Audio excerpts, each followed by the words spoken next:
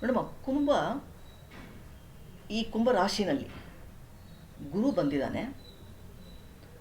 ಗುರು ಕುಂಭರಾಶಿನಲ್ಲಿ after 12 years ಬಂದಿದ್ದಾನೆ. ಅದರ ನಂತರ ಈ ಕಡೆ ಮೇಷದಲ್ಲೂ ಸಹ ಸೂರ್ಯ ಮತ್ತು ಧನುಷಿನಲ್ಲಿ ಚಂದ್ರ. ಈ ರೀತಿಯಲ್ಲಿ ಈ ಮೂರೂ ಗ್ರಹಗಳ ಅಲೈನ್ಮೆಂಟ್ ಅಂತ ಏನಿದೆ ಇದು 12 ವರ್ಷಗಳ ಒಂದು ಸಲ ನಡೆಯುತ್ತೆ. ಹಾಗಾಗಿ ಕುಂಭಮೇಳ ನಡೆಯುತ್ತೆ. ಇದು ನಮ್ಮ ಆಸ್ಟ್ರಾಲಾಜಿಕಲ್ ಸಿಗ್ನಿಫಿಕೆನ್ಸ್ ಆಯಿತಾ. ಆದರೆ ಮಹಾಕುಂಭಮೇಳದಲ್ಲಿ ಏನಾಗುತ್ತೆ, ಶನಿ ಮತ್ತು ಶುಕ್ರರ ಇನ್ಫ್ಲೂಯೆನ್ಸು ಸಹ ಅಧಿಕವಾಗಿರುತ್ತೆ. ಹಾಗಾಗಿಯೇ ಇದು ಮಹಾಕುಂಭಮೇಳ ಅಂತ ಅನ್ನಿಸ್ಕೊಳ್ಳೋದು. ಅಂದರೆ ಇಂಡಿವಿಜುವಲಿ ಸಹ ನಮಗೆ ತುಂಬ ತುಂಬ ಪವರ್ಫುಲ್ ಆದಂತಹ ಸಂದರ್ಭಗಳು. ಇದು ತುಂಬ ಪವರ್ಫುಲ್ ಅಂದರೆ ಎಷ್ಟರ ಮಟ್ಟಿಗೆ ಪವರ್ಫುಲ್ ಅಂದರೆ ಆ ಎನರ್ಜೀಸು ನಮ್ಮನ್ನು ತೀರಾ ಅತ್ಯಂತ ಸ್ಪಿರಿಚುವಲ್ ಎನರ್ಜಿಗೆ ನಮ್ಮನ್ನು ಸ್ಪಿರಿಚುವಲ್ ಟ್ರಾನ್ಸ್ಫಾರ್ಮೇಷನ್ ಕಡೆ ಕರ್ಕೊಂಡು ಹೋಗುತ್ತೆ. ಅಷ್ಟು ಪವರ್ಫುಲ್ ಎನರ್ಜೀಸ್ ಈ 45 ದಿನಗಳ ಕಾಲವೂ ಇರುತ್ತೆ. ಅದರಲ್ಲೂ ಈಗ ನಿನ್ನೆ 12ನೇ ತಾರೀಕು ಹುಣ್ಣಿಮೆ ಆಯ್ತಲ್ಲಮ್ಮ, ಆ ಹುಣ್ಣಿಮೆಯ ಸಂದರ್ಭದಿಂದ ಈಗಲೂ ಸಹ ಆ ಎನರ್ಜಿ ತುಂಬ ಅಧಿಕವಾಗೇ ಇರುತ್ತೆ. ಇನ್ನು ಶಿವರಾತ್ರಿ ತನಕನೂ ಅದು ಇರೋದ್ರಿಂದ ಈ ಎನರ್ಜೀಸಿನ ಪವರ್ ತುಂಬ ಜಾಸ್ತಿ ಇರುತ್ತೆ. ಅದನ್ನು ಎಲ್ಲರೂ ಸಹ ಉಪಯೋಗಿಸ್ಕೊಳ್ಳೋದು ತುಂಬ ಉತ್ತಮ ಅಂತ ಈ ಒಂದು ಕಾರ್ಯಕ್ರಮನ ಅಂದರೆ ಈ ಒಂದು ಟಾಪಿಕ್ ತೊಗೊಂಡಿದ್ದೀನಿ ಇವತ್ತು. ನೋಡಮ್ಮ, 12 ವರ್ಷಗಳ ಒಂದು ಸಲ ಈ ಅಲೈನ್ಮೆಂಟ್ ಆಗುತ್ತೆ ಅಂತ ಹೇಳಿದ್ರೆ, ಅಂದರೆ 12 ವರ್ಷಗಳ ನಂತರ ಗುರು ಕುಂಭಕ್ಕೆ ಬಂದಿದ್ದಾನೆ. ಕುಂಭಕ್ಕೆ ಬಂದಿರೋದೇ ತುಂಬ ದೊಡ್ಡ ವಿಶೇಷ. ಮತ್ತು ನಾ ಹೇಳಿದ್ನಲ್ವಾ, ಚಂದ್ರ ಈ ಧನುಷ್ನಲ್ಲಿ ಕೂತ್ಕೊಂಡಿದ್ದಾನೆ, ಇನ್ನು ಸೂರ್ಯ ಮೇಷದಲ್ಲಿದ್ದಾರೆ ಆಯಿತಾ. ಇನ್ನು ಜುಪಿಟರ್ ಮತ್ತು ಈ ಕಡೆ ಶುಕ್ರ ಮತ್ತು ಶನಿಯ ಇನ್ಫ್ಲುಯೆನ್ಸ್ ತುಂಬ ಜಾಸ್ತಿ ಇರೋದ್ರಿಂದ ಈ ಅಷ್ಟೂ ಗ್ರಹಗಳ ಅಲೈನ್ಮೆಂಟ್ ಇರೋದ್ರಿಂದ ನೀವು ಇದನ್ನು ಆಕಾಶದಲ್ಲೂ ಸಹ ಈ ಗ್ರಹಗಳ ಅಲೈನ್ಮೆಂಟ್ ಈಗ ಮೊನ್ನೆ ಎಲ್ಲ ನೋಡಿದ್ವಿ ಅಂತ ನಿಮ್ಗೆ ಗೊತ್ತಿರ್ಬೋದು. ಟಿ ವಿಗಳಲ್ಲೆಲ್ಲ ಬರ್ತಾಯಿತ್ತು, ನ್ಯೂಸ್ಗಳಲ್ಲೆಲ್ಲ ಬರ್ತಾಯಿತ್ತು. ಈ ಅಲೈನ್ಮೆಂಟ್ ತುಂಬ ಪವರ್ಫುಲ್ ಅಲೈನ್ಮೆಂಟ್ ಆಗಿರೋದ್ರಿಂದ ಮಹಾಕುಂಭಮೇಳ ಆಗ್ತಾಯಿದೆ. 12 ಜ್ಯೋತಿರ್ಲಿಂಗಗಳು ನಮಗಿದೆ ಅಂತ ಗೊತ್ತಿದೆ. 12 ಜ್ಯೋತಿರ್ಲಿಂಗಗಳು ಅಲ್ವಮ್ಮ. ಸೊ 12 × 12 ಅಂದರೆ 144 ವರ್ಷ ಅಲ್ವಾ. ಹಾಗಾಗಿ ಅದನ್ನು ಮಹಾಕುಂಭಮೇಳ ಅಂತ ಹೇಳ್ತೀವಿ. ಅದನ್ನು ನಾವು 144 ವರ್ಷಕ್ಕೊಂದು ಸಲ ಇದನ್ನು ಮಾಡೋದು. ಹಾಗಾಗಿ once in a life time ಅಷ್ಟೇ ಇದು. ಮತ್ತು ಪವರ್ಫುಲ್ ಎನರ್ಜೀಸ್ ನಮ್ಮ ಯೂನಿವರ್ಸಿಂದ ನಮ್ಗೆ ಸಿಗ್ತಾ ಇರೋದ್ರಿಂದ ಈ ಎನರ್ಜಿನ ನಾವು ಯಾವುದೇ ರೀತಿಯಲ್ಲೂ ಕಳ್ಕೊಳ್ಬಾರ್ದು ಅಥವಾ ಅದನ್ನು ತಪ್ಪಿಸ್ಕೊಳ್ಬಾರ್ದು. ಈ ಒಂದು ಸಂದರ್ಭವನ್ನು ತುಂಬ ಪಾಸಿಟಿವ್ ಆಗಿ ನಾವು ಉಪಯೋಗಿಸ್ಕೊಂಡ್ಬಿಟ್ರೆ ಮಾತ್ರ ಗ್ರೇಟ್ ಟ್ರಾನ್ಸ್ಫಾರ್ಮೇಷನ್ಸ್ಗೆ ಕಾರಣ ಆಗುತ್ತಮ್ಮ. ಹಾಗಾಗಿಯೇ ಈ ಕ್ಲಾಸನ್ನು ಮಾಡ್ತಾಯಿದ್ದೀನಿ ನಾನು. ನೋಡೋಣ, ನಾವಿವಾಗ ಗಂಗೆಯ ಒಂದು ಇಂಪಾರ್ಟೆನ್ಸು ಎಲ್ಲ ತಿಳ್ಕೊಳ್ತಾ ಹೋಗೋಣ. ಕುಂಭ ಯಾವ ರೀತಿಯಲ್ಲಿ ಇಂಪಾರ್ಟೆನ್ಸು, ನಮ್ಮ ಮನೆಗಳಲ್ಲೇ ನಾವು ಏನು ಅಲ್ಲಿ ಪ್ರಯಾಗಗೆ ಹೋಗಬೇಕು ಅನ್ನೋದೆಲ್ಲ ಏನಿಲ್ಲ, ನಮ್ಮ ಮನೆಗಳಲ್ಲೇ ಅದನ್ನು ಯಾವ ರೀತಿಯಲ್ಲಿ ಆಚರಿಸ್ಬೋದು. ಅದರ ಇಂಪಾರ್ಟೆನ್ಸ್ ಏನಂತ ಗೊತ್ತಾದರೆ ತಾನೇ ಅದನ್ನು ಯಾವ ರೀತಿಯಲ್ಲಿ ಆಚರಿಸ್ಬೇಕು ಅಂತ ಗೊತ್ತಾಗೋದು ನಮಗೆ. ಅದಕ್ಕಷ್ಟೇ ಒಂದು ಸ್ವಲ್ಪ ಎಕ್ಸ್ಪ್ಲನೇಷನ್ ಅಷ್ಟೇ. ನೋಡಮ್ಮ, ಗಂಗೆ, ನೀವು ಗಂಗೆನ ಇಲ್ಲದೇ ಇರುವಂತಹ ಭಾರತವನ್ನು ನಾವು ಒಂಥರ ಕಲ್ಪಿಸ್ಕೊಳ್ಳೋಕ್ಕೂ ಸಾಧ್ಯ ಇಲ್ಲ ಅಲ್ವಾ.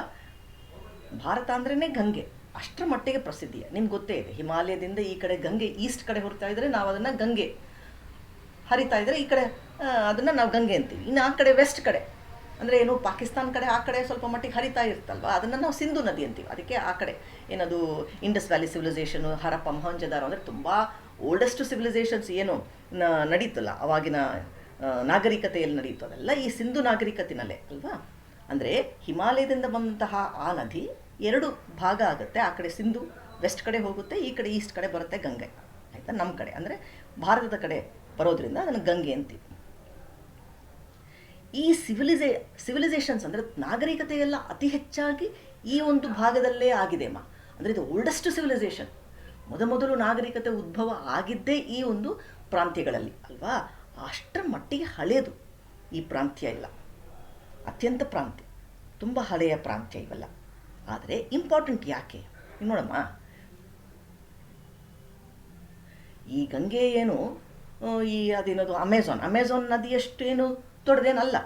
ಅಥವಾ ಈ ಬ್ರಹ್ಮಪುತ್ರ ಆಗಿರಲಿ, ಯಮುನಾ ಮತ್ತು ಈ ಯಾಂಗ್ಸಿ ನದಿಯೆಲ್ಲ ಇದೆಯಲ್ಲಮ್ಮ, ಅದೂ ಅಷ್ಟೇ ತುಂಬ ದೊಡ್ಡ ನದಿ. ಅಂದರೆ ಚೈನಾದಲ್ಲಿ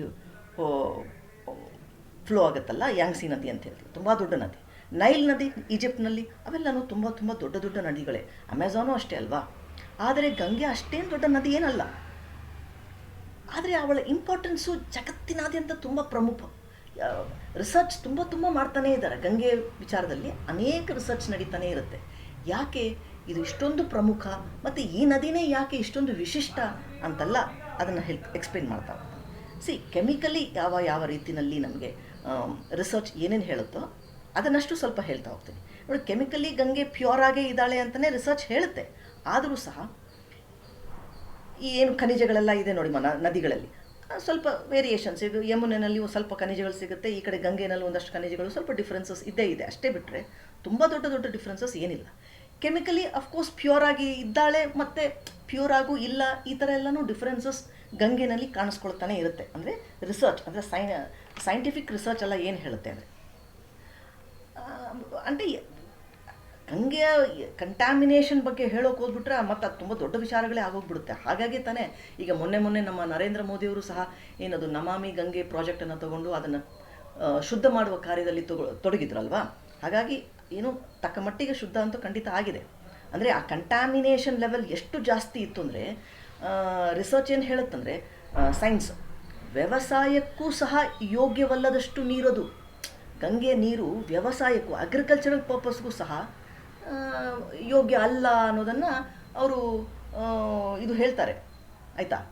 ಡ್ರಿಂಕಿಂಗ್ ಮತ್ತು ನಾವು ಸ್ನಾನ ಮಾಡೋದು ಬಿಡಿ, ಅದು ಒತ್ತಟ್ಟಿಗೆಡೋಣ, ವ್ಯವಸಾಯಕ್ಕೂ ಸಹ ಇದು ಪ್ರಯೋಜನಕ್ಕೆ ಬರಲ್ಲ ಅನ್ನೋ ಮಟ್ಟಿಗೆ ಕಂಟ್ಯಾಮಿನೇಷನ್ ಇದೆ, ಅಷ್ಟರ ಮಟ್ಟಿಗೆ ಕಂಟ್ಯಾಮಿನೇಷನ್. ಹಾಗಾಗಿ ಅದನ್ನೆಲ್ಲ ತಡಿಬೇಕು ಅನ್ನೋ ಕಾರಣಕ್ಕೆ ಮೋದಿಜಿಯವರು ಶುದ್ಧ ಕಾರ್ಯದಲ್ಲಿ ತೊಡಗಿದ್ರು, ಅಂದರೆ ಗಂಗಾ ನದಿಯ ಶುದ್ಧತೆಯಲ್ಲಿ.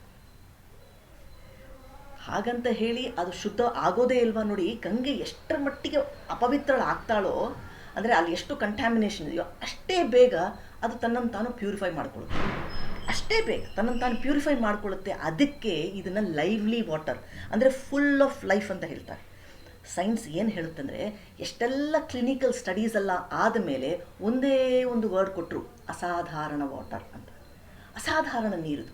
ಯಾಕೆ ಇದನ್ನು ಬೇರೆ ಬೇರೆ ಎಷ್ಟೇ ನದಿಗಳನ್ನು ಸಹ ನಾವು ರಿಸರ್ಚಿಗೆ ಒಳಪಟ್ಟರೂ ಸಹ ಈ ಗಂಗೆ ಮಾತ್ರ ತುಂಬ ಅಸಾಧಾರಣ. ಯಾಕಂದರೆ ಎಷ್ಟು ಅಪವಿತ್ರಳಾಗ್ತಾಳೋ ಅಂದರೆ ಗೊತ್ತಲ್ಲ ನಿಮಗೆ.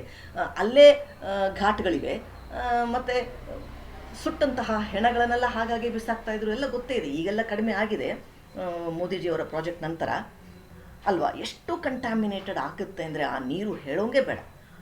ಅಷ್ಟು ಆದರೂ ಸಹ ತನ್ನನ್ನು ತಾನು ಮತ್ತೆ ಪವಿತ್ರಗೊಳಿಸ್ಕೊಳ್ತಾನೆ ಇರ್ತಾಳೆ ಅಷ್ಟು ಬೇಗ. ಮತ್ತು ಅಷ್ಟು ಬೇಗ ಅಷ್ಟು ಪವಿತ್ರ ಹೇಗಾಗುತ್ತೆ, ಅಷ್ಟು ಶುದ್ಧ ಹೇಗಾಗುತ್ತೆ? Because full of life.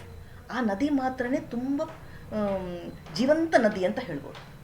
ನೀವು ನೋಡಿ, ಬೇರೆ ಯಾವುದೇ ನದಿ, ಜಗತ್ತಿನ ಯಾವುದೇ ನದಿಯ ನೀರನ್ನು ಒಂದು ಡಬ್ಬದಲ್ಲಿ ಹಾಕಿ ನೀವು ಹಾಗೆ ಇಡಿ, ತಿಂಗಳಾನ್ಗಟ್ಲೆ ವರ್ಷಾನ್ಗಟ್ಲೆ ಇಡಕ್ಕೆ ಸಾಧ್ಯ ಇದೆಯಾ? ಅದು ಕೆಟ್ಟೋಗುತ್ತಮ್ಮ. ಆದರೆ ಗಂಗೆ ಎಷ್ಟು ವರ್ಷಗಳಾದರೂ ಸಹ ಕೆಡೋಲ್ಲ, ಅಷ್ಟು ಶುದ್ಧ ನದಿ. ಅಂದರೆ ಏನು, ತನ್ನಂತಾನು ಲೈಫ್, ಫುಲ್ ಆಫ್ ಲೈಫ್ ಇದೆ. ಅದು ಎಷ್ಟು ನೀವು ಬೇಕಾದ್ರೆ ಎಲ್ಲಾದರೂ ಹೋಗಿ ಗಂಗೆ ನೀರಂತ ಕೊಡ್ತಾರೆ ನೋಡಿ, ನೀವು ತೆಗೆದು ನೋಡಿ, ಅದು ಕೊನೆಯಲ್ಲಿ ಇನ್ಯಾರಾದರೂ ಹೋಗಬೇಕಾದ ಸಂದರ್ಭದಲ್ಲಿ ಆ ಗಂಗೆ ನೀರನ್ನು ಅವ್ರ ಬಾಯಲ್ಲಿ ಹಾಕಿ ಅಂತ ಹೇಳ್ತಾರೆ. ಸಾವಿಗೆ ಹತ್ತಿರ ಇರುವಂಥವ್ರು ಅವರ ಬಾಯಿನಲ್ಲಿ ಹಾಕಿ ಅಂತ. ಶುದ್ಧವಾಗಿರುತ್ತೆ, ಏನು ಹಾಳಾಗಿರಲ್ಲ ಆ ನೀರು. ನೀವು ಎಷ್ಟು ವರ್ಷಗಳಿಂದ ಇಟ್ಟಿದ್ರೂ ಸಹ ಸಣ್ಣ ಸಣ್ಣ ತಾಮ್ರ ಪಾತ್ರೆಗಳಲ್ಲಿ ಕೊಟ್ಟಿರ್ತಾರೆ ನೋಡಿ, ಅದು ಇಟ್ಟಿರ್ತೀವಿ ಮನೆಗಳಲ್ಲಿ ನಾವುಗಳೆಲ್ಲ ಅಲ್ವಾ. ಅದು ಹಾಗೇ ಇರುತ್ತೆ. ಅಂದರೆ ಎಷ್ಟು ವರ್ಷಗಳಾದರೂ ಸಹ ನೀರು ಕೆಡೋಲ್ಲ, ಆ ರೀತಿಯಾದ ಫುಲ್ ಆಫ್ ಲೈಫ್ ಇದೆ. ಹಾಗಾಗಿನೇ ಕ್ಲಿನಿಕಲ್ ಎಕ್ಸ್ಪ್ಲನೇಷನ್ಸ್, ಅದನ್ನು ಕೆಮಿಕಲಿ ನಾವೇನೆಲ್ಲ ರಿಸರ್ಚ್ ಮಾಡಿದ್ರು ಅನೇಕ ರಾಂಗ್ಸ್ ಆ್ಯಂಡ್ ರೈಟ್ಸ್ ಅದರಲ್ಲಿ ಗೊತ್ತಾಗ್ತಾ ಹೋಗುತ್ತೆ. ಅಂದರೆ ಕಂಟ್ಯಾಮಿನೇಷನ್ ಲೆವೆಲ್ಲು ಅದು ಇದು ಏನು ಬೇಕಾದ್ರೂ ನಾವು ಹೇಳಬಹುದು. ಆದರೆ ಸೈನ್ಸ್ ಕೊನೆಗೆ ಎಕ್ಸ್ಪ್ಲೇನೇ ಮಾಡಲಿಕ್ಕೆ ಆಗದೆ ಇರೋ ಒಂದು ಪೊಸಿಷನನ್ನು ಏನು ಹೇಳ್ತೀವಿ, ಇದೊಂದು ಅಸಾಧಾರಣ ನೀರು ಅಷ್ಟೇ. ಅವರಿಂದ ಅದಕ್ಕೆ ನೆಕ್ಸ್ಟ್ ಹೇಳಕ್ಕೆ ಬರಲೇ ಇಲ್ಲ. ಅಸಾಧಾರಣ ಯಾಕೆ ಅದನ್ನು ಎಕ್ಸ್ಪ್ಲೇನ್ ಮಾಡೋಣ. ಯಾಕಂದರೆ ಇದನ್ನು ಸೈನ್ಸ್ ಎಕ್ಸ್ಪ್ಲೇನ್ ಮಾಡೋಕ್ಕಾಗಲ್ಲ. ಸೈನ್ಸು ಅದಕ್ಕೆ ಆಚೆ ಹೋಗೋಕ್ಕಾಗೋದೇ ಇಲ್ಲ. ಅಂದರೆ ಸ್ಪಿರಿಚುವಲ್ ಲೆವೆಲ್ಗೆ ಸೈನ್ಸ್ ಹೋಗೋಕ್ಕಾಗಲ್ಲ. ಅದಕ್ಕೆ ಏನಿದ್ರು ಕೆಮಿಕಲ್ ಎಕ್ಸ್ಪ್ಲನೇಷನ್ಸ್ ಮಾತ್ರ ಸಾಧ್ಯ. ಅದಕ್ಕೆ ನಂತರ ಏನು ಹೇಳುತ್ತೆ, ಪಾಪ ಅಸಾಧಾರಣ ಅಂತ ಕೊಡ್ತು ಅಷ್ಟೇ. ನೆಕ್ಸ್ಟ್ ನೋಡೋಣ, ಅಸಾಧಾರಣ ಯಾಕೆ ನೋಡಮ್ಮ. ನಾನು ಹೇಳಿದೆ ಸಿವಿಲೈಸೇಷನ್ಸ್ ಅಂದರೆ ಏನು, ನಾಗರಿಕತೆಗಳೆಲ್ಲ ಇದರ ಒಂದು ತಪ್ಪಲಿಗಳಲ್ಲೇ ಆಯಿತು ಅಲ್ವಾ. ಗಂಗಾ ನದಿಯ ತಪ್ಪಲಿನಲ್ಲೇ ಅತಿ ಹೆಚ್ಚಾಗಿ ಏನು ಸಿವಿಲೈಸೇಷನ್ ಅಂದರೆ ಏನು, ನಾಗರಿಕತೆ ಎಲ್ಲ ನಡೀತು. ಅಷ್ಟು ಲಕ್ಷಾಂತರ ವರ್ಷಗಳಿಂದ ನಡೀತಾ ಇದೆ ಅಂದರೆ ನೋಡಮ್ಮ, ಸಾಧು ಸಂತರು ಅತ್ಯಂತ ಉತ್ತಮವಾದಂತಹ ಸಿವಿಲೈಸೇಷನ್ ಅಮ್ಮ. ಈಗಿನ ನಾಗರಿಕತೆಗೂ ನಾಚಿಕೊಳ್ಳುವಂಥ ಸಿವಿಲೈಸೇಷನ್ ಆ ಸಂದರ್ಭದಲ್ಲಿತ್ತು. ಅಂದರೆ ನೀವು ಅದನ್ನು ಎಕ್ಸ್ಪ್ಲೇನ್ ಮಾಡಲಿಕ್ಕೆ ಆಗಲ್ಲ, ಊಹಿಸ್ಕೊಳ್ಳೋಕ್ಕೂ ಆಗಲ್ಲ. ಈ ಹರಪ್ಪ ಮೊಹೆಂಜೊದಾರೋಗಳ ಏನು ನಾವು ಎಕ್ಸ್ಕವೇಷನ್ ಮಾಡಿದಾಗ ಆಶ್ಚರ್ಯಪಡ್ತಿದ್ರು ಆರ್ಕಿಯಾಲಜಿಸ್ಟ್. ಆ ರೀತಿಯಾದಂತಹ ಒಂದು ಅದ್ಭುತ ಸಿವಿಲೈಸೇಷನ್ ಆ ಕಾಲದಲ್ಲಿತ್ತು. ಸಾಧು ಸಂತರಿತ್ತು. ಮತ್ತು ಏನು ವೇದದ ಕಾಲ, ಆ ಸಂದರ್ಭನೇ ವೇದ ಕಾಲ ಆವಾಗಲೇ ಶುರುವಾಗತ್ತು ಆಯ್ತಲ್ಲ. ಸಾಧು ಸಂತರೆಲ್ಲ ಅನೇಕರು ಆ ಒಂದು ಬಾರ್ಡರ್ನಲ್ಲೇ ಧ್ಯಾನ ಮಾಡುವುದಾಗಲಿ, ತನ್ನ ಎಜುಕೇಷನ್ ಆಗುವುದಾಗಲಿ, ಏನು ಅಗ್ರಿಕಲ್ಚರ್ ನಡೆಯೋದಾಗಲಿ, ಇದೆಲ್ಲ ನಡೀತಿತ್ತು ಆ ಒಂದು ಬೆಲ್ಟ್ನಲ್ಲಿ ಆಯಿತಾ. ಇದು ಗಂಗೆ ಯಾವ ರೀತಿಯಲ್ಲಿ ಇನ್ಫ್ಲುಯೆನ್ಸ್ ಆಗಲು, ಲಕ್ಷಾಂತರ ವರ್ಷಗಳ ಇನ್ಫ್ಲುಯೆನ್ಸ್, ಸಾಧು ಸಂತರ ಇನ್ಫ್ಲುಯೆನ್ಸ್ದು ಯಾವ ರೀತಿಯಲ್ಲಿ ಇನ್ಫ್ಲುಯೆನ್ಸ್ ಆಗಿದೆ ಅಂದರೆ ಶಿ ಕೀಪ್ಸ್ ದಟ್ ಮೆಮೊರಿ. ಆ DNA ತನ್ನ ಒಂದು ಮೆಮೊರಿ ಅಂದರೆ ಏನು, ಆ ಸ್ಪಿರಿಚುವಲ್ ಮೆಮೊರಿ ಅಂತ ಏನಿದೆ ಅದು ಸ್ಟೋರ್ ಆಗಿಬಿಟ್ಟಿದೆ. So Gange is very very powerful. ಆ ವಿಧದಲ್ಲಿ ನಾವು ಲೆಕ್ಕ ಹಾಕಿದ್ರೆ ಗಂಗೆ ಯಾವ ರೀತಿಯಲ್ಲಿ ಪವರ್ಫುಲ್ ಅಂದರೆ, ಇಷ್ಟು ಲಕ್ಷಾಂತರ ವರ್ಷಗಳ ಆ ಒಂದು ಮೆಮೊರಿ ಏನಿದೆ ಗಂಗೆ ಅದನ್ನು ಸ್ಟೋರ್ ಮಾಡಿಟ್ಕೊಂಡಿದ್ದಾಳೆ. ಹಾಗಾಗಿ ಅವಳು ಪವರ್ಫುಲ್. ಕೆಮಿಕಲಿ ನಾ ಹೇಳ್ತಾ ಇಲ್ಲ, ಸ್ಪಿರಿಚುವಲ್ ಮೀನಿಂಗ್ ಅಷ್ಟೇ. ಲಕ್ಷಾಂತರ ವರ್ಷಗಳಿಂದ ಜನ ಅದರ ತಪ್ಪಿನಲ್ಲಿ ಅಂದರೆ ಮುಕ್ತಿಗಾಗಿ ಸಾಧುಗಳು ಈಗಲೂ ಅಷ್ಟೇ. ನಿಮ್ಗೆ ಗೊತ್ತು, ಕಾಶಿ ಹತ್ರ ಹೋಗ್ತಾರೆ, ಏನಕ್ಕೆ? ಅಲ್ಲೇ ಹೋಗಿ ಸಾಯ್ಬೇಕು ಅಂತ ಹೋಗ್ತಾರೆ ಲಕ್ಷಾಂತರ ಜನ ವರ್ಷ ಅಲ್ಲೇ ಹೋಗ್ತಾರೆ. ಅಲ್ಲೇ ಒಂದು ಸ್ವಲ್ಪ ಸಮಯ ಮನೆಗಳು ಮಾಡ್ಕೊಂಡು ಇದ್ದುಬಿಟ್ಟು ಅಲ್ಲಲ್ಲೇ ಜೀವ ಹೋಗ್ತಾ ಇರುತ್ತೆ. ಇನ್ನೇನು ಸಾವು ಸಂಭವಿಸುತ್ತೆ ಅನ್ನೋ ಸಂದರ್ಭಗಳಲ್ಲಿ ಇರ್ತಾರೆ, ಸಾಯ್ತಾರೆ. ಅಂದರೆ ಏನು, ಅದರ ತಪ್ಪಲಿನಲ್ಲಿ ನಾವು ಸತ್ತರೆ ಮುಕ್ತಿ ಅಂತ. ಅಂದರೆ ಮುಕ್ತಿಗಾಗಿ ಸಾಧನೆ ಮಾಡುವವರಿದ್ದಾರಲ್ಲಮ್ಮ, ಅಷ್ಟು ಸಾಧನೆಯನ್ನು ಮೆಮೊರಿ ಏನಿದೆ ಈ ನೀರಿನಲ್ಲಿ ಸ್ಟೋರ್ ಆಗಿದೆ. ಹಾಗಾಗಿಯೇ ಗಂಗೆ ಅತ್ಯಂತ ಪವಿತ್ರಳು. ಅಂದರೆ ಆ ತರಂಗಗಳಿದೆಯಲ್ಲ, ಅದಕ್ಕಾಗಿಯೇ ಅವಳು ಜೀವಂತ. ಅಷ್ಟೊಂದು ಲೈಫ್ ಇದೆ ಅವಳಲ್ಲಿ. ಎಷ್ಟರ ಮಟ್ಟಿಗೆ ಲೈಫ್ ಇದೆ ಅಂದರೆ, ಒಬ್ಬ ಅಪವಿತ್ರ ಅಂದರೆ ಸಿನ್ಫುಲ್ ಪರ್ಸನ್, ತುಂಬ ಪಾಪ ಮಾಡಿರುವಂತಹ ಮನುಷ್ಯ ಹೋಗಿ ಅದರ ಪಕ್ಕದಲ್ಲಿ ಕೂತ್ಕೊಳ್ಳಿ, ಗಂಗೆಯ ಪಕ್ಕದಲ್ಲಿ ಕೂತ್ಕೊಂಡ್ರೂ ಸಹ, ದಡದಲ್ಲಿ ಕೂತ್ಕೊಂಡ್ರೂ ಸಹ ಆ ಒಂದು ತರಂಗಗಳು ಈ ಮನುಷ್ಯನಲ್ಲಿ, ಪಾಪ ಮಾಡಿರುವಂತಹ ಮನುಷ್ಯನಲ್ಲಿ ಸಹ ಒಂಥರ ಪಾಸಿಟಿವ್ ವೈಬ್ರೇಷನ್ ಸ್ಟಾರ್ಟ್ ಆಗಿಬಿಡುತ್ತೆ. ಮುಳುಗೋದಿರಲಿ, ಪಕ್ಕದಲ್ಲಿ ಕುಳಿತುಕೊಂಡ್ರೇ ಸಾಕು, ಆ ನೀರಿನ ಹತ್ತಿರ ಕುಳಿತರೂ ಸಹ ಒಂದು ರೀತಿಯಾದ ಪಾಸಿಟಿವ್ ವೈಬ್ಸ್ ಅವನಲ್ಲಿ ಉದ್ಭವ ಆಗಿಬಿಡುತ್ತೆ. ಅಷ್ಟೊಂದು ಪ್ರಭಾವಿತನಾಗ್ಬಿಡ್ತಾನೆ. ಮತ್ತು ಆ ಕೆಟ್ಟ ತರಂಗ, ಅವನಲ್ಲಿರುವಂತಹ ಕೆಟ್ಟ ತರಂಗಗಳನ್ನು ಈ ನೀರು ಆಸ್ವಾದಿಸ್ಬಿಡ್ತಲ್ಲ, ಆಸ್ವಾದಿಸಿಯೂ ಸಹ ಅದನ್ನು, ಆ ಮಾಲಿಕ್ಯುಲರ್ ಸ್ಟ್ರಕ್ಚರ್ ಇರ್ತಲ್ಲ, ಅದು ಬದಲಾಗಿ ಹೋಗ್ಬಿಡುತ್ತೆ. ಅವಳಲ್ಲಿರುವಂಥ ಮಾಲಿಕ್ಯುಲರ್ ಸ್ಟ್ರಕ್ಚರ್ ನೀರಿನಲ್ಲಿ ಅದನ್ನು ಬದಲಾಯಿಸ್ಕೊಳ್ತಾಳೆ. ಅಗೇನ್ ಅದಕ್ಕೆ ಲೈಫ್ ಇರೋದು.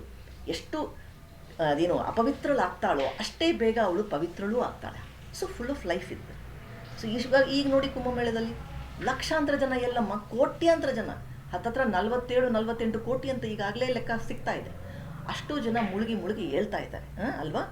ಅಂದರೆ ಎಷ್ಟರ ಮಟ್ಟಿಗೆ ನಾವು ಅಲ್ಲಿ ನಮ್ಮ ಒಂದು ಪಾಪಗಳನ್ನಾಗಲಿ, ನಮ್ಮ ಕಂಟ್ಯಾಮಿನೇಷನ್ ಎಲ್ಲವನ್ನೂ ಅಲ್ಲಿ ಹಾಕ್ಬಿಟ್ಟು ಬರ್ತಾ ಇರ್ತೀವಿ. ಎಷ್ಟರ ಮಟ್ಟಿಗೆ ಕಂಟ್ಯಾಮಿನೇಟ್ ಆಗ್ಬೋದಮ್ಮ. ಕೋಟ್ಯಾಂತರ ಜನ ಒಂದು ಸಣ್ಣ ನದಿನಲ್ಲಿ ಸ್ನಾನ ಮಾಡ್ತಿದ್ದಾರೆ ಅಂದರೆ ಆ ಕಂಟ್ಯಾಮಿನೇಷನ್ ಲೆವೆಲನ್ನು ನೀವು ಊಹಿಸ್ಕೊಳ್ಳೋಕ್ಕೂ ಸಾಧ್ಯ ಇಲ್ಲ ಅಲ್ವಾ. ಹೋಗಲಿ, ಆದರೆ ಅಷ್ಟೇ ಬೇಗ ಅವಳು ರೀಚಾರ್ಜ್ ಆಗ್ತಾಳಲ್ವಾ. ಆ ರೀತಿಯಾದ ನೀರು ಅವಳು. ಈಗ ನೋಡಿಮ್ಮ, ನಮಗೆ ಏನಾದರೂ ದೋಷಗಳಾಗ್ಬಿಟ್ರೆ ಬಂದು ಸ್ವಲ್ಪ ಉಪ್ಪು ಹಾಕಿಬಿಟ್ಟು ಸ್ನಾನ ಮಾಡಿದ ತಕ್ಷಣ ಎಷ್ಟೋ ಕಡಿಮೆ ಆಗಿಬಿಡುತ್ತೆ ಅಲ್ವಾ. ನೀರಿಗೆ ಆ ಪವರ್ ಇದೆ. ಅಂದರೆ ನಮ್ಮಲ್ಲಿ ಇರುವಂತಹ ಆ ಕೆಟ್ಟ ವೈಬ್ಸ್, ನೆಗೆಟಿವ್ ವೈಬ್ಸ್ ಅಂತ ಏನಿದೆ ಅದನ್ನು ತೆಗೆದು ಬಿಡುತ್ತೆ ನೀರು. ನಾನು ಗಂಗೆ ಅಂತಲೇ ಹೇಳ್ತಿಲ್ಲ, ಮನೆಗಳಲ್ಲೂ ಸಹ ಆ ನೀರಿಗೆ ನಾವು ನಮಸ್ಕರಿಸಿ, ಆ ನೀರಿನಲ್ಲಿ ನಾವು ದೃಷ್ಟಿ ತೆಗೆದು ಅಥವಾ ಸ್ನಾನ ಮಾಡಿ ಬಿಸಾಕಿಬಿಟ್ರೆ ಅಥವಾ ಹೋಗಿಬಿಟ್ರೆ ಅದು ಇದರಲ್ಲಿ ಯಾರಮ್ಮ ಆ ಬ್ಯಾಡ್ ವೈಬ್ಸ್ ನಮ್ಮಿಂದ ದೂರ ಆಗಿಬಿಡುತ್ತೆ ಅಲ್ವಾ. ಈಗ ಸಾವಿನ ಮನೆಗೆ ಹೋಗ್ತೀವಿ, ಸಾವಿನ ಮನೆಗೆ ಹೋಗಿ ಬಂದಿದ ತಕ್ಷಣ ಸ್ನಾನ ಯಾಕೆ ಮಾಡೋದು? ಅಲ್ಲಿರುವ ವೈಬ್ಸು ಸರಿ ಇರೋಲ್ಲಲ್ಲ. ಅಂದರೆ ಆ ಎನರ್ಜಿ ಏನು ಪಾಪ ಆ ಹೋದ ಜೀವ ರಿಲೀಸ್ ಆಗಿರುತ್ತಲ್ಲಮ್ಮ, ಅದು ರಿಲೀಸ್ ಆಗುತ್ತೆ. ಯಾಕಂದರೆ ನಾವು ಹೋಗಿದ ತಕ್ಷಣ ನಮ್ಮ ದೇಹದಿಂದ ಆ ಎಲೆಕ್ಟ್ರಾನ್ಸು, ಪ್ರೋಟಾನ್ಸು, ನ್ಯೂಟ್ರಾನ್ಸ್ ಎಲ್ಲ ಒಂದು ಆ್ಯಟಮಿಂದ ರಿಲೀಸ್ ಆದ್ರೇ ತುಂಬ ದೊಡ್ಡ ವಿಚಾರ. ಅಂದರೆ ತುಂಬ ದೊಡ್ಡ ಸ್ಫೋಟ ಆಗುತ್ತೆ, ಒಂದೇ ಒಂದು ಆ್ಯಟಮ್. ಹಾಗೆ ಆದರೆ ಇದು ಜೀವನೇ, ಅಂದರೆ ಒಂದು ಸೋಲ್ ರಿಲೀಸ್ ಆಗ್ತಿದೆ ಒಂದು ದೇಹದಿಂದ. ಅಂದರೆ ಅಲ್ಲಿ ತುಂಬ ದೊಡ್ಡ ಎನರ್ಜಿ ವೈಬ್ ಇರುತ್ತಮ್ಮ. ಅಲ್ಲಿ ಎನರ್ಜಿ ತುಂಬ ದೊಡ್ಡ ಮಟ್ಟದಲ್ಲಿ ಸ್ಫೋಟಗೊಂಡಿರುತ್ತೆ ಆ ಜೀವದಿಂದ. ಯಾವ ಜೀವ ಹೊರಟೋಗಿದೆಯಲ್ಲ, ಸಾವಿಗೆ ಶರಣಾಗಿದೆಯಲ್ಲ ಆ ಜೀವದಿಂದ. ಹಾಗಾಗಿಯೇ ನಾವು ಅಲ್ಲಿಗೆ ಹೋಗಿದ ತಕ್ಷಣ ನಾವು ಮನೆಗೆ ಬಂದು ಸ್ನಾನ ಯಾಕೆ ಮಾಡ್ಕೊಳ್ತೀವಿ ಅಂದರೆ ಅಲ್ಲಿನ ವೈಬ್ಸ್ ನಮ್ಮನ್ನು ತಟ್ಟಬಾರದು. ಇಮಿಡಿಯೇಟಾಗಿ ಯಾರು ತೆಗೆದ್ರು ಹಾಗಾದರೆ ಆ ನೆಗೆಟಿವ್ ವೈಬ್ಸ್ನ ನೀರಮ್ಮ ಸ್ನಾನ ತೆಗೆಯುತ್ತೆ. ಅಂದರೆ ನೀರು ನಮ್ಮಲ್ಲಿ, ನಮ್ಮ ದೇಹಕ್ಕೆ, ಮನಸ್ಸಿಗೆ ಅಂಟಿಕೊಂಡರು ಇರುವಂತಹ ಈ ನೆಗೆಟಿವ್ ವೈಬ್ಸನ್ನು ಅತಿ ಬೇಗ ತೆಗೆದು ಬಿಡುತ್ತೆ. ಅಷ್ಟು ಪವರ್ ನೀರಿಗಿದೆ. ಹಾಗೆ ಅದಕ್ಕೆ ಗಂಗೆ ಸ್ಪಿರಿಚುಲಿ ಚಾರ್ಜ್ಡ್ ಆಗಿದ್ದಾಳೆ ಅಂತ. ಸ್ಪಿರಿಚುವಲ್ ಇನ್ಫಾರ್ಮೇಷನ್ಸ್ ಅವಳಲ್ಲಿ ತುಂಬ ಇಟ್ಕೊಂಡಿರ್ತಾಳೆ. ಅಂದರೆ ಇಷ್ಟು ಲಕ್ಷಾಂತರ ವರ್ಷಗಳ ಇನ್ಫಾರ್ಮೇಷನ್ ಇಟ್ಕೊಂಡಿರ್ತಾಳೆ. ಅಷ್ಟು ಮಾತ್ರ ಅಲ್ಲ, ತನ್ನಲ್ಲಿ ಇನ್ಫಾರ್ಮೇಷನ್ ಸ್ಟೋರ್ ಮಾಡ್ಕೊಂಡಿರೋದನ್ನು ಬೇರೆ ಅಂದರೆ ಪಾಸ್ ಆನ್ ಮಾಡ್ತಾಳೆ ಎನ್ವಿರಾನ್ಮೆಂಟ್ಗೆ. ಯಾರಿಗೆ? ಎನ್ವಿರಾನ್ಮೆಂಟ್ಗೆ ಪಾಸ್ ಆನ್ ಮಾಡ್ತಾಳೆ, ತನ್ನ ಸರೌಂಡಿಂಗ್ಸ್ಗೆ ಪಾಸ್ ಆನ್ ಮಾಡ್ತಾಳೆ. ಅದಕ್ಕೆ ಅವಳ ತಪ್ಪಲಲ್ಲಿ ಕುಳಿತುಕೊಂಡರೂ ಸಹ ನಾವು ಆ ವೈಬ್ಸ್ ಅಂದರೆ ಏನು, ಆ ಪಾಸಿಟಿವ್ ಎನ್ವಿರಾನ್ಮೆಂಟನ್ನು ಹೀರಿಕೊಳ್ಳಬಹುದು. ನಾವು ಒಂದು ರೀತಿಯಲ್ಲಿ ಪಾಸಿಟಿವಿಟಿಗೆ ಎಂಟ್ರಾಗ್ತೀವಿ. ಅಂದರೆ ಶುದ್ಧತೆಗೆ, ಮನಸ್ಸು ಶುದ್ಧತೆಗೆ ಆಹ್ಲಾದವಾಗುತ್ತಮ್ಮ. ಆ ಸಂದರ್ಭದಲ್ಲಿ ನೀವು ಅಲ್ಲಿ ಕುಳಿತುಕೊಂಡು ಬಂದ್ರೇ ಸಾಕು. ಅದಕ್ಕೆ ಧ್ಯಾನ ಎಲ್ಲ ಮಾಡೋರು ಸಾಧಾರಣವಾಗಿ ನದಿಯ ತಪ್ಪಲಳಿಗಳಲ್ಲಿ ಕೂತಿರ್ತಾರೆ. ಯಾಕಂದರೆ ಅದಕ್ಕೂ ಒಂದು ರಿಸರ್ಚ್ ನಡೆದಿದೆ. ಅವನ ಹೆಸರು ಎಂಥದ್ದು, ಆ ರಿಸರ್ಚ್ ಅಂದರೆ ಬ್ಲೂ ಮೈಂಡ್ ಥೆರಪಿ ಅಂತ ಏನೋ, ಬ್ಲೂ ಮೈಂಡ್ ಥಿಯರಿ ಅಂತ ಹೇಳಿ ಒಬ್ಬ ವಾಲ್ಸ್ ನಿಕೋಲಸ್ ಅಂತ ಹೇಳಿ, ವಾಲ್ಸ್ ನಿಕೋಲಸ್ ಅನ್ನೋನು ಈ ಒಂದು ಡಾಕ್ಟರ್ ವಾಲ್ಸ್ ನಿಕೋಲಸ್ ಅಂತ ಹೇಳಿ ಅವನು ಒಂದು ರಿಸರ್ಚ್ ಮಾಡಿದ. ಅಂದರೆ ಬ್ಲೂ ಮೈಂಡ್ ಥಿಯರಿ ಅನ್ನೋ ಒಂದು ರಿಸರ್ಚ್ ಅಂದರೆ ಏನು, ನೀರಿನಲ್ಲಿ ಮುಳುಗೋದಿರಲಿ, ನೀರಿನ ಹತ್ತಿರ ಕುಳಿತರೂ ಸಹ ಪಾಸಿಟಿವ್ ರೆಸ್ಪಾನ್ಸಸನ್ನು ನಮ್ಮ ಬ್ರೈನ್ನಲ್ಲಿ ಟ್ರಿಗರ್ಸ್ ಅಂತೆ, ಟ್ರಿಗರ್ ಆಗುತ್ತಂತೆ. ಅಂದರೆ ಅಷ್ಟು ಪಾಸಿಟಿವ್ ವೈಬ್ರೇಷನ್ಸು ಗಂಗೆನಲ್ಲೂ ಸಹ ಇರುತ್ತೆ. ಗಂಗೆನಲ್ಲಿ ಸಹ ಅಂತಲ್ಲ, ಗಂಗೆನಲ್ಲೇ ಹೆಚ್ಚಾಗಿರೋದು. ಹಾಗಾಗಿನೇ ಗಂಗೆಯ ತಪ್ಪಲಲ್ಲಿ ಮುಳುಗಲಿಕ್ಕೆ ಮತ್ತೊಂದಕ್ಕೆ ಹೋಗ್ತಾರೆ. ಈಗ ತುಂಬ ಪ್ರಶಸ್ತವಾದ ಸಂದರ್ಭ. ಈ ಎನರ್ಜೀಸ್ ಮೊದಲೇ ಯೂನಿವರ್ಸ್ನಲ್ಲೂ ತುಂಬ ಎನರ್ಜೀಸ್ ನಮ್ಮ ಮೇಲೆ, ಎಲ್ಲ ಗ್ರಹಗಳ ನಕ್ಷತ್ರಗಳ ಪ್ರಭಾವ ಬೇರೆ ಇದೆ. ಜೊತೆಯಲ್ಲಿ ಗಂಗೆಯು ಪರಿಶುದ್ಧವಾದಂತಹ ಸಂದರ್ಭ. ಈ ಸಂದರ್ಭ ಏನಿದೆ, ಕುಂಭಮೇಳ ಅಂತ ಸಂದರ್ಭ, ಆ ನೀರಿಗೆ ಅಥವಾ ನಾವು ದೇವಸ್ಥಾನದಲ್ಲಿ ಏನಾದರೂ ಪ್ರೋಕ್ಷಣೆ ಅಥವಾ ತೀರ್ಥ ಸ್ನಾನ ಏನಾದರೂ ಮಾಡಿಕೊಳ್ಳೋಗಿದ್ರೂ ಸಹ ತುಂಬ ಒಳ್ಳೆಯದೆ. ನಿಮ್ಮಲ್ಲಿ ಏನೇನು ನೆಗೆಟಿವ್ ವೈಬ್ಸ್ ಅಂತ ಏನಿರುತ್ತೆ ಅದೆಲ್ಲವೂ ಸಹ ಹೋಗಿಬಿಡಲಿಕ್ಕೆ ಒಳ್ಳೆಯ ಸಂದರ್ಭ ಇದು. ಅದನ್ನು ಉಪಯೋಗಿಸ್ಕೊಳ್ಳಿ, ಈ ಸಂದರ್ಭವನ್ನು ಸರಿಯಾದ ರೀತಿಯಲ್ಲಿ ಉಪಯೋಗಿಸ್ಕೊಳ್ಳಿ. ಯಾಕಂದರೆ ಇನ್ನು ನಾಳೆ ಏನು ಶಿವರಾತ್ರಿ ಬರುತ್ತಲ್ಲ, ಆ ಶಿವರಾತ್ರಿ ತನಕ ಮಾತ್ರನೇ ಈ ಸಂದರ್ಭ ಇರೋದು. ಹಾಗಾಗಿ ಸರಿಯಾದ ರೀತಿಯಲ್ಲಿ ಉಪಯೋಗಿಸ್ಕೊಂಡ್ಬಿಟ್ರೆ ಅದು ತುಂಬ ಒಳ್ಳೆಯದು ನಮಗೆ. ಮತ್ತು ನಾನು ಈಗಷ್ಟೇ ಹೇಳಿದೆ, ಏನದು, ಸಾವು ಆದಾಗ ಏಕದಮ್ ಒಂಥರ ಎನರ್ಜಿ. ಇವಾಗ ಆ ಮನುಷ್ಯ ತನ್ನಲ್ಲಿ ಏನೆಲ್ಲ ಅಂದ್ಕೊಂಡಿರ್ತಾನೋ, ನನಗೆ ಸಾಯ್ಲಿಕ್ಕೆ ಇಷ್ಟ ಇಲ್ಲ, ಅಥವಾ ನಾನು ನಮ್ಮವ್ರನ್ನ ಬಿಟ್ಟು ಹೋಗ್ಲಿಕ್ಕೆ ಇಷ್ಟ ಇಲ್ಲ, ಅಥವಾ ನಾನು ಇರುತ್ತಲ್ಲಮ್ಮ, ಪ್ರತಿಯೊಬ್ಬರಿಗೂ ಏನೋ ಒಂದಿರುತ್ತೆ, ಅಥವಾ ಸಾವಿನ ಭಯ ಏನೇನೋ ಇರ್ತದೆ. ಅದೆಲ್ಲವೂ ಸಹ ನೆಗೆಟಿವ್ ವೈಬ್ಸ್ಗೆ ಬರೋದು. ಹಾಗಾಗಿನೇ ಸ್ನಾನ ಅಂತ ಹೇಳಿದ್ದು ನಾನು, ಆಯಿತಾ. ಆದರೆ ಇಲ್ಲಿ ಇನ್ನೊಂದು ತಿಳ್ಕೊಳ್ಳಿ, ಗಂಗೆ ಉತ್ಪತ್ತಿಯಾಗೋದು ಹಿಮಾಲಯದಿಂದ. ಆದರೆ ಹಿಮಾಲಯ ಎಷ್ಟು ಚಾರ್ಜ್ಡ್ ಮೌಂಟನ್ ಅಂದರೆ ಏನು ಗೊತ್ತಮ್ಮ? ಯಾಕೆ ಅಷ್ಟೊಂದು ಚಾರ್ಜ್ಡ್ ಮೌಂಟನ್ನು? ಗಂಗೆ ಯಾಕೆ ಅಷ್ಟೊಂದು ಪವಿತ್ರಳು ಮತ್ತು ಯಾಕೆ ಅಷ್ಟೊಂದು ಲೈಫ್ ಇದೆ ಅಂದರೆ, ಅನೇಕ ಲಕ್ಷಾಂತರ ವರ್ಷಗಳಿಂದಲೂ ಸಹ ಸಾಧು ಸಂತರು ಅಲ್ಲಿ ಧ್ಯಾನ ಮಾಡಿದಂತಹ ಸ್ಥಳ, ಮತ್ತು ಅಲ್ಲೇ ಧ್ಯಾನ ಮಾಡಿ ಮುಕ್ತಿಗೆ ಶರಣಾದಂತಹ ಒಂದು ಸ್ಥಳ. ನಾನು ಹೇಳಿದೆ, ಒಂದು ಜೀವ ಜಸ್ಟ್ ಸಾವಿಗೆ ಶರಣಾಗಿದ ತಕ್ಷಣ ಅಲ್ಲಿ ಅನೇಕ ಏನು ಒಂಥರ ಎಲೆಕ್ಟ್ರಿಫೈಯಿಂಗ್ ಜಾಗ ಅದು, ಆಯಿತಾ. ಮೇ ಬಿ ಪಾಸಿಟಿವ್ ತುಂಬ ಕಡಿಮೆ, ಪಾಸಿಟಿವ್ ತುಂಬ ಕಡಿಮೆ ನೋಡಿರ್ತೇನೆ ನಾನು. ಅದನ್ನೇ ತುಂಬ ಕಡಿಮೆ ನನ್ನ ಜೀವನದಲ್ಲಿ ಇಷ್ಟು ವರ್ಷಕ್ಕೂ ನಾನು ತುಂಬ ಕಡಿಮೆ ನೋಡಿದ್ದೇನೆ. ತುಂಬ ಕಡಿಮೆ ಅಂದರೆ 1-2 I can just count on hands. ಆದರೆ ನೆಗೆಟಿವ್ ವೈಬ್ಸ್ ಇದೆಯಲ್ಲಮ್ಮ, ಅದೇ ಜಾಸ್ತಿ ಇರೋದು. ಬಿಕಾಸ್ ಯಾರಿಗೂ ಹೋಗಬೇಕಾದ ಸಂದರ್ಭದಲ್ಲಿ ಅವ್ರ ಪಾಪ ಇಷ್ಟ ಆಗಲ್ಲ ಅನಿಸುತ್ತೆ, ಅಥವಾ ಭಯ, ಅಥವಾ ಅನ್ನೋನ್ ಪ್ಲೇಸ್, ಅಥವಾ ಮತ್ತೂ ಹುಟ್ಟಬೇಕು, ಅಥವಾ ಇನ್ನಷ್ಟು ಕಾಲ ಬದುಕಬೇಕು, ಸಮಥಿಂಗ್ ಏನೋ ಪಾಪ ಅವ್ರು ಡ್ರ್ಯಾಗ್ ಆನ್ ಮಾಡ್ಕೊಂಡಿರ್ತಾರೆ. ಅದು ಬೇರೆಯವರಿಗೂ, ಆ ಸರೌಂಡಿಂಗ್ಸ್ ಅಲ್ಲಿರೋರಿಗೂ ಸಹ ಅದು ತಟ್ಟುತ್ತೆ, ಆ ನೆಗೆಟಿವ್ ವೈಬ್ಸ್. ಹಾಗಾಗಿನೇ ಸ್ನಾನಕ್ಕೆ ನಾನು ಇಂಪಾರ್ಟೆನ್ಸ್ ಹೇಳಿದ್ದು, ಆಯಿತಾ. ಸ್ನಾನ ಮಾಡ್ಕೊಳ್ಳೋದಕ್ಕೋಸ್ಕರನೇ ಇರಲಿ. ಆದರೆ ನಾನು ಇನ್ನು ಹೇಳ್ತಾ ಇರೋದು, ಸಾಧು ಸಂತರು ಹೋಗ್ಬಿಟ್ರೆ, ಸಾಧು ಸಂತರು ಹೋಗ್ತಾರಲ್ಲ ಇವಾಗ ಹಿಮಾಲಯ ಪರ್ವತಗಳಲ್ಲೆಲ್ಲ, ನಾ ಹೇಳಿದ್ನಲ್ಲ, ಮುಕ್ತಿಗಾಗಿ ಅವರು ಜೀವ ಕೊಡ್ತಾರೆ, ಸಮಾಧಿಸ್ಥರಾಗ್ತಾರೆ ಅಂತ ಇಟ್ಕೊಳ್ಳೋಣ. ಅಲ್ಲಿ ಆ ಇಡೀ ಮೌಂಟನ್, ಅದಕ್ಕೆ ಕೈಲಾಸ ಪರ್ವತ ಅಷ್ಟೊಂದು ಶ್ರೇಷ್ಠ. ನಿಮಗೆ ಅಲ್ಲಿನ ಎನರ್ಜಿ ಅದನ್ನು ಎಕ್ಸ್ಪ್ಲೇನ್ ಮಾಡೋಕ್ಕೆ ಆಗಲ್ಲ, ನೀವು ಊಹಿಸ್ಕೊಳ್ಳಿಕ್ಕೂ ಸಾಧ್ಯ ಇಲ್ಲ. ತುಂಬ ದೊಡ್ಡ ಪವರ್ಫುಲ್ ಸ್ಥಳ ಅದು. ಯಾಕೆ ನೋಡಿ, ಒಂದು ಆ್ಯಟಮನ್ನು ಬ್ರೇಕ್ ಮಾಡಿದ್ರೆ ಅದರಲ್ಲಿ ಪ್ರೋಟಾನ್ಸ್, ನ್ಯೂಟ್ರಾನ್ಸ್, ಎಲೆಕ್ಟ್ರಾನ್ಸ್ ಎಲ್ಲ ಇರ್ತವೆ. ಆ್ಯಟಮನ್ನು ಬ್ರೇಕ್ ಮಾಡೋದು ತುಂಬ ಕಷ್ಟ. ಸರಿ, ಅದನ್ನು ಆ್ಯಟಮನ್ನು ಬ್ರೇಕ್ ಮಾಡ್ತೀವಿ. This is called nuclear energy ಅಂತ ಇರ್ತೀವಿ ಅಲ್ವಾ, ಅಟಾಮಿಕ್ ಥಿಯರಿನಲ್ಲಿ nuclear energy. So nuclear energy ಈ ಕಡೆ ಇವನೇ ಮಾಡಿದ ಕೆಲಸ, ಅದು ಪಾಪ ಐನ್ಸ್ಟೈನೇ, ಅವರಿಂದನೇ ಈ ನ್ಯೂಕ್ಲಿಯರ್ ಎನರ್ಜಿ ಅಂದರೆ ಈ ನ್ಯೂಕ್ಲಿಯರ್ ಬಾಂಬ್ಸನ್ನು ಕಂಡು ಹಿಡಿದು. ಹಾಗಾಗಿ ಹೇಳು, ಜಗತ್ತನ್ನೇ ನಾಶ ಮಾಡುವ ಕೆಲಸ ನಾನು ಮಾಡಿಬಿಟ್ಟೆ, ನೆಕ್ಸ್ಟ್ ಜನ್ಮದಲ್ಲಿ ನಾನು ಒಬ್ಬ ಪ್ಲಂಬರ್ ಹೋಗಿ ಹುಟ್ಟಿದ್ರೆ ಸಾಕಪ್ಪ ಅಂತ ಹೇಳ್ತಿದ್ದಂತೆ. ಲಾಸ್ಟಲ್ಲಿ ಯಾರಿಗೂ ಇಂಟ್ರೂನಲ್ಲಿ ಹೇಳ್ತಿದ್ರು ಐನ್ಸ್ಟೈನ್. ಯಾಕಂದರೆ ಅವರು ಕಂಡು ಹಿಡಿದಿದ್ದಂದರೆ ತಾನೇ ಈ ಥರ ಹಿರೋಶಿಮಾ ಮತ್ತು ನಾಗಸಾಕಿ ಆ ಮಟ್ಟಿಗೆ ಲಕ್ಷಾಂತರ ಜನಗಳನ್ನು ಬಲಿ ತೊಗೊಂಡ್ಬಿಡ್ತು ಒಂದು ನ್ಯೂಕ್ಲಿಯರ್ ಬಾಂಬ್ ಅಲ್ವಾ. ಅಂದರೆ ಒಂದೇ ಒಂದು ಆ್ಯಟಮನ್ನು, ನನಗೆ ಬಾಯಿ ಒಣಗ್ತಾ ಇದೆ, ಒಂದೇ ಒಂದು ನ್ಯೂಕ್ಲಿಯರ್ ಒಂದು ಆ್ಯಟಮನ್ನು ಬ್ರೇಕ್ ಮಾಡಿದ್ರೆ ಒಂದು ಇಡೀ ದೇಶ ಅಲ್ವಾ, ಲಕ್ಷಾಂತರ ಜನರನ್ನು ತಗೊಳ್ಳುವಷ್ಟು ಶಕ್ತಿ ಅದಕ್ಕಿದೆ ಅಂದರೆ ನೀವು ಊಹಿಸ್ಕೊಳ್ಳೋಕ್ಕೂ ಸಾಧ್ಯ ಇಲ್ಲ. ಒಂದು ಆತ್ಮ ಇನ್ನು ಯಾವ ಕಾರಣಕ್ಕೂ ಇನ್ನೊಂದು ದೇಹಕ್ಕೆ ಅದು ಸಿಕ್ಕಾಕೊಳ್ಳಲ್ಲ. ಅಂದರೆ ಲಕ್ಷಾಂತರ ವರ್ಷಗಳಿಂದ ಪ್ರಾಣಿಯಾಗಿಯೋ ಎಷ್ಟೋ ಪ್ರಾಣಿಗಳಲ್ಲೋ ಅಥವಾ ಏನದು ಗಿಡಗಳಲ್ಲೋ ಅಥವಾ ಮನುಷ್ಯರಲ್ಲೋ ಎಷ್ಟೋ ದೇಹಗಳನ್ನು ದಾಟಿ ದಾಟಿ ಬಂದಿರುತ್ತೆ. ಇನ್ನು ಅದು ಯಾವ ದೇಹಕ್ಕೂ ಅದು ಅಂಟಿಕೊಳ್ಳೋಲ್ಲ ಅಲ್ವಾ. ಮುಕ್ತಿ ಅಂದರೆ ಸಮಾಧಿಯ ಸ್ಥಾನಕ್ಕೆ ತನ್ನಂತಾನು ಆ ಡೈಮೆನ್ಷನ್ಗೆ ಹೋಗ್ತಾ ಇರುವ ಆ ಜೀವದ ಎನರ್ಜಿನ ನೀವು ಊಹಿಸ್ಕೊಳ್ಳೋಕ್ಕಾಗಲ್ಲ. ಸಾಧು ಸಂತರಿಂದ ಬಿಡುಗಡೆಗೆ ಆಗುವ ಆ ಎನರ್ಜಿ ಇದೆಯಲ್ಲ, ಅದ್ಭುತವಾದ ಎನರ್ಜಿ. ಸೊ ಒಬ್ಬ ಸಾಧುವೇ ಅದನ್ನು ರಿಲೀಸ್ ಮಾಡ್ಬೋದು, ಅಷ್ಟು ಎನರ್ಜಿ. ಅಲ್ಲಿ ಎಷ್ಟು ಲಕ್ಷಾಂತರ ಸಾಧುಗಳು ಇದುವರೆಗೂ ಹೋಗಿರ್ಬೋದಲ್ಲಮ್ಮ. ಆ ಕೈಲಾಸ ಪರ್ವತ ಏನಿದೆ ಇಟ್ ಇಸ್ ಚಾರ್ಜ್ಡ್ಮ. ಹಾಗಾಗಿನೇ ಇವಾಗೂ ಅಷ್ಟೇ ನಾವು ಹಿಮಾಲಯ ತನಕ ಹೋಗ್ತೀವಿ. ಅಫ್ಕೋರ್ಸ್ ಆ ಕೈಲಾಸ ಪರ್ವತವನ್ನು ಇದುವರೆಗೂ ಯಾರೂ ಇರಲಿಕ್ಕಾಗಿಲ್ಲ. ನಾನು ಕೇಳಪಟ್ಟೆ ಮಿಲೆರಪ್ಪ ಅಂತ ಹೇಳಿ ಒಬ್ಬ ಚೈನೀಸ್ ಬುದ್ಧಿಸ್ಟ್ ಸಾಧು ಒಬ್ಬ ಮಾತ್ರ ಅಲ್ಲಿ ಹತ್ತಿರೋದು. ಇದುವರೆಗೂ ಯಾರ್ಯಾರು ಕೈಲಾಸ ಪರ್ವತವನ್ನಂತೂ ಏರಲಿಕ್ಕೆ ಸಾಧ್ಯವೇ ಆಗಲಿಲ್ಲ. ಅದು ಅಷ್ಟೊಂದು ವಿಶಿಷ್ಟ. ಯಾಕಂದರೆ ಅಲ್ಲಿನ ಎನರ್ಜಿನ ತಡೆದುಕೊಳ್ಳುವ ಶಕ್ತಿ ಯಾರಿಗೂ ಇಲ್ಲ. ಯಾಕಂದರೆ ಅಷ್ಟು ಎನರ್ಜಿ ಲೆವೆಲ್ ನಾವಿರಬೇಕು, ಇಲ್ಲಾಂದರೆ ಸಾಧ್ಯನೇ ಇಲ್ಲ. ಆ ಎನರ್ಜಿಗೆ ರೀಚ್ ಆಗೋಕ್ಕೆ ಸಾಧ್ಯ ಇಲ್ಲ, ತುಂಬ ಕಷ್ಟ ಆಗಿಬಿಡುತ್ತೆ. ಅಥವಾ ಬದುಕಿಗೂ ಕಷ್ಟ ಆಗುತ್ತೆ. ಇವಾಗ ಬ್ರೈನ್ ಸೆಲ್ಸ್ ಸಡನ್ ಡ್ಯಾಮೇಜ್ ಆಗಿಬಿಡುತ್ತೆ. ದಟ್ಸ್ ಅ ಡಿಫ್ರೆಂಟ್ ಥಿಂಗ್, ಅದು ಬೇರೆ ಬಿಡಿ. ಹಾಗೆ ಅಷ್ಟು ಎನರ್ಜಿ ತುಂಬಿರುವಂತಹ ಆ ಜಾಗದಿಂದ ಉದ್ಭವ ಆಗುವ ಗಂಗೆ ಹರಿದು ಬರ್ತಾ ಇದ್ದಾಳೆ ಅಂದರೆ ಎಷ್ಟು ಲೈಫ್ ಇದೆ ಅಲ್ಲಮ್ಮ. Full of life, she is so full of life. ಅರ್ಥ ಆಯ್ತಲ್ಲ. ಹಾಗೆ ಹರಿದುಕೊಂಡು ಬಂದು ನೋಡಿ, ಈ ಥರ ಕೋಟ್ಯಾಂತರ ಜನ ಹೋಗಿ ಹೋಗಿ ಮುಳುಗಿ ಬರ್ತಾರೆ. ತನ್ನ ಪಾಪಗಳನ್ನೆಲ್ಲ ಅಲ್ಲಿ ಹಾಕಿ ಬರ್ತಾರೆ. ತನ್ನ ಕಂಟ್ಯಾಮಿನೇಷನ್ ಎಲ್ಲ ಏನೇನಿದೆಯೋ ಕರ್ಮಗಳನ್ನೆಲ್ಲ ಬಿಟ್ಟು ಬರ್ತಾರೆ. ತಾನು ಅಪವಿತ್ರಳಾಗಿ ಅಷ್ಟು ಬೇಗ ಮತ್ತೆ ಅವಳು ಪವಿತ್ರಳಾಗ್ತಾ ಇರ್ತಾಳೆ. She cleanses Har self. ಅಷ್ಟು ಫುಲ್ ಆಫ್ ಲೈಫ್. ತನ್ನಂತಾನು ರಿಪೇರಿ ಮಾಡ್ಕೊತಾನೆ ಇರ್ತಾಳೆ ಪಾಪ ಆವಾಗವಾಗ. ನೋಡಿ, ಈ ಕರೋನಾ ಸಂದರ್ಭದಲ್ಲೂ ಹಾಗೆ ಆಯ್ತಲ್ಲ, ಎಲ್ಲ ಬಂದಾಗ್ಬಿಟ್ಟಿತ್ತು. ಆದರೆ ನೀರು ಮತ್ತೊಂದು ನೇಚರ್ ಎಷ್ಟು ಪವಿತ್ರವಾಯಿತು ಅಂತ ನಿಮ್ಗೆ ಗೊತ್ತಿದೆ ಅಲ್ವಾ. ನೇಚರ್ ತನ್ನಿಂತಾನೇ ಕ್ಲೀನಪ್ ಮಾಡ್ಕೊಳ್ತಾ ಇರ್ತದೆ. ನಾವೇ ಇಂಟರ್ಫಿಯರ್ ಆಗಿ ತೊಂದರೆ ಕೊಡೋರು. ಈ ಮನುಷ್ಯರೇ ಮುಖ್ಯವಾಗಿ. ಮನುಷ್ಯರು ಇಂಟರ್ಫಿಯರ್ ಆದ್ರೇ ಪ್ರಾಬ್ಲಮ್ ಕೊಡೋರು. ಪ್ರಾಬ್ಲಮ್ ಕ್ರಿಯೇಟರ್ಸೇ ಮನುಷ್ಯರು. ಪಾಪ ಬೇರೆ ಎಲ್ಲ ಜೀವಗಳು ತಂತಾನೇ ತುಂಬ ಸುಖವಾಗಿ ಚೆನ್ನಾಗೇ ಇರ್ತವೆ. ನಾವು ಬಂದ್ವಿ ಈ ಭೂಮಿಗೆ, ಭೂಮಿಯನ್ನು ನಾಶ ಮಾಡೋಕ್ಕಂತಲೇ ಹುಟ್ಟಿದ್ವಿ ಅನಿಸುತ್ತೆ ಅಷ್ಟೇ ಅಲ್ವಾ.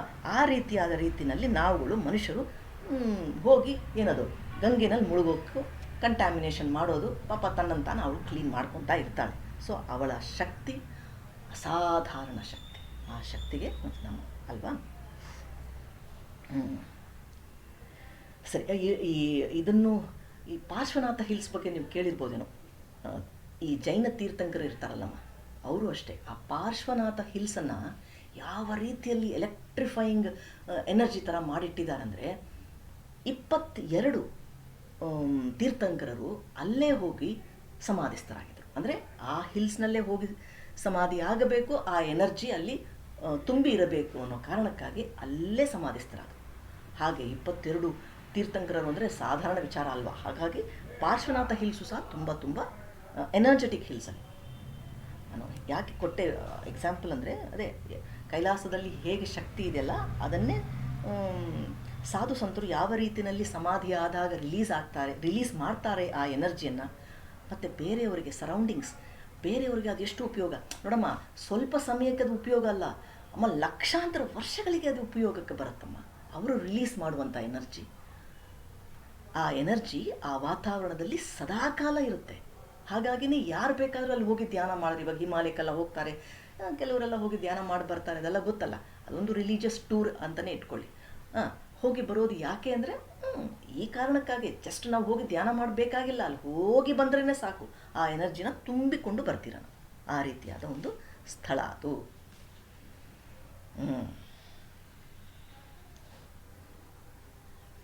ನನಗೆ ಫಸ್ಟ್ ನೀರು ಬೇಕಮ್ಮ. ಯಾಕೆ ಇಷ್ಟೊಂದು ನೀರು ಬೇಕು ಅನ್ನಿಸ್ತಾ ಇದೆ. ಒಂದು ನಿಮಿಷ ಹಾಗೆ ಇದೆ.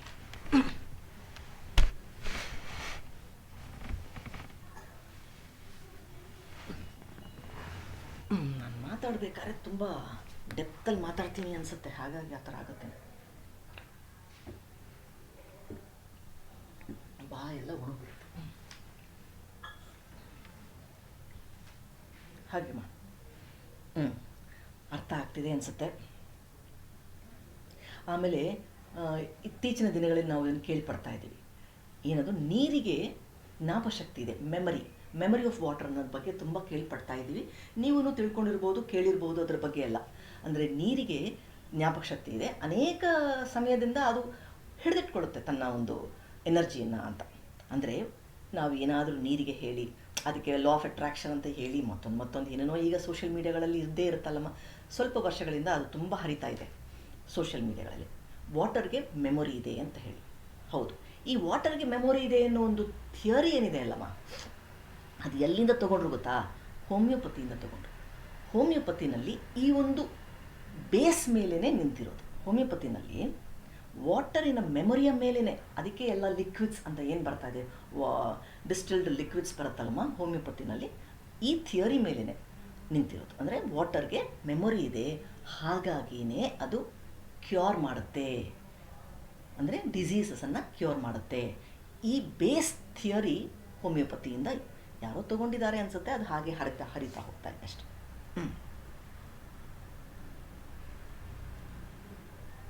ಈ ಲಾ ಆಫ್ ಅಟ್ರಾಕ್ಷನಲ್ಲೂ ಸಹ ಇವಾಗ ನಾನು ಒಂದು ಗ್ಲಾಸ್ ನೀರಿನಲ್ಲಿ ನನ್ನ ಒಂದು ಭಾವನೆ, ಇವಾಗ ನಾನು ತುಂಬ ಇಷ್ಟಪಡ್ತೀನಮ್ಮ, ಐ ಲವ್ ಯು ಅನ್ನೋ ರೀತಿಯಲ್ಲಿ ಹೇಳಿದರೆ ಅಲ್ಲಿ ಮಾಲಿಕ್ಯೂಲ್ಸ್ ಚೇಂಜ್ ಆಗುತ್ತೆ. ಸೈಂಟಿಫಿಕಲಿ ಪ್ರೂವನ್, ಮತ್ತು ಅದನ್ನು ನಾವು ಮೈಕ್ರೋಸ್ಕೋಪಿಕಲಿ ಅದನ್ನೆಲ್ಲ ನೋಡಿದ್ದೇವೆ. ಅದನ್ನು ಹೇಳ್ತಾ ಇದ್ದಕ್ಕೆ ಆ ಮಾಲಿಕ್ಯುಲರ್ ಸ್ಟ್ರಕ್ಚರ್ ಏನಿದೆ, ಅಂದರೆ ನೀರಿನಲ್ಲಿರುವ ಮಾಲಿಕ್ಯುಲರ್ ಸ್ಟ್ರಕ್ಚರ್ ಚೇಂಜ್ ಆಗುತ್ತೆ, ಅಂದರೆ ಬ್ಯೂಟಿಫುಲ್ ಪ್ಯಾಟರ್ನ್ ಆಗುತ್ತೆ. ಒಂದು ವೇಳೆ ನನ್ನ ಇಷ್ಟ ಇಲ್ಲ, ನಿನ್ನ ಕಂಡ್ರೆ ಇಷ್ಟ ಇಲ್ಲ, ಐ ಹೇಟ್ ಯು ಅಂತ ಏನಾದರೂ ಒಂದು ನೆಗೆಟಿವ್ ಥಾಟ್ ಅಲ್ಲಿ ಕೊಡಿ, ಇಮ್ಮಿಡಿಯೇಟ್ಲಿ ಪ್ಯಾಟರ್ನ್ ಚೇಂಜ್ ಆಗುತ್ತೆ. ಇದ್ರ ಬಗ್ಗೆ ಎಲ್ಲ ನಿಮಗೆ ಗೊತ್ತಿರ್ಬೋದು. ಇತ್ತೀಚಿನ ವರ್ಷಗಳೇ ಇದ್ರ ಬಗ್ಗೆ ತುಂಬ ಹರಿತಾ ಇದೆ ಅಂತ ಅನಿಸುತ್ತೆ. ಬೇರೆಯವರಿಂದ ತಿಳ್ಕೊಳ್ತಾ ಇರ್ಬೋದು ಇದ್ರ ಬಗ್ಗೆ. ನಾನು ಅದನ್ನೊಂದು ಸ್ವಲ್ಪ ಹೇಳ್ತಾ ಇದ್ದೀನಿ ಅಷ್ಟೇ. ಬಟ್ ಈ ಥಿಯರಿ ಬಂದಿದ್ದು ಹೋಮಿಯೋಪತಿಯಿಂದ.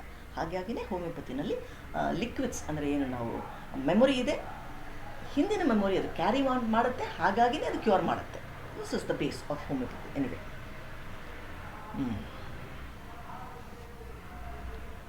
ಮತ್ತು ಸರಿ, ಆಮೇಲೆ ಇನ್ನೊಂದು ರಿಸರ್ಚ್ ಸಹ ಹೇಳಿತ್ತು, ಬ್ಯಾಕ್ಟೀರಿಯೋಫೇಜಸ್ ಅಂತ ಹೇಳಿ ತುಂಬ ಜಾಸ್ತಿ ಇದೆ ಈ ಗಂಗೆ ನದಿಯಲ್ಲಿ. ಬ್ಯಾಕ್ಟೀರಿಯೋಫೇಜಸ್ ನಿಮಗೆ ಗೊತ್ತಿರ್ಬೋದು, ಅದು ವೈರಸಸ್. ಅದು ಅಂದರೆ ಬ್ಯಾಕ್ಟೀರಿಯಾಗಳಲ್ಲಿ ತನ್ನಂತಾನು ಮನೆ ಮಾಡಿಟ್ಕೊಂಡಿರುತ್ತೆ. ಅಂದರೆ ಬ್ಯಾಕ್ಟೀರಿಯಾಗಳಲ್ಲೇ ಹೋಗಿ ಅದನ್ನೇ ತನ್ನ ಮನೆಯನ್ನು ಮಾಡ್ಕೊಂಡ್ಬಿಡುತ್ತೆ ಈ ವೈರಸಸ್. ಅದನ್ನು ಬ್ಯಾಕ್ಟೀರಿಯೋಫೇಜಸ್ ಅಂತ ಹೇಳ್ತೀವಿ. ಸೊ ಅದು ಅತ್ಯಂತ ಜಾಸ್ತಿ ಇರೋದು ಗಂಗೆ ನದಿನಲ್ಲೇ. ಅಂದರೆ ಅಷ್ಟರ ಮಟ್ಟಿಗೆ ಕಂಟ್ಯಾಮಿನೇಟೆಡ್ ಇದೆ ಆ ವಾಟರ್ ಅನ್ನೋದಕ್ಕೆ ಅಷ್ಟೇ. ಆದರೂ ಸಹ ತನ್ನಂತಾನು ಅಷ್ಟೇ ಬೇಗ ಪ್ಯೂರಿಫೈಯೂ ಸಹ ಮಾಡ್ಕೊಳ್ತಾಳೆ ಈ ಗಂಗೆ. ಇದು ಹೇಗೆ ಅನ್ನೋದನ್ನು ರಿಸರ್ಚ್ ಎಕ್ಸ್ಪ್ಲೇನ್ ಮಾಡಲಿಕ್ಕೆ ಆಗ್ತಾಯಿಲ್ಲ.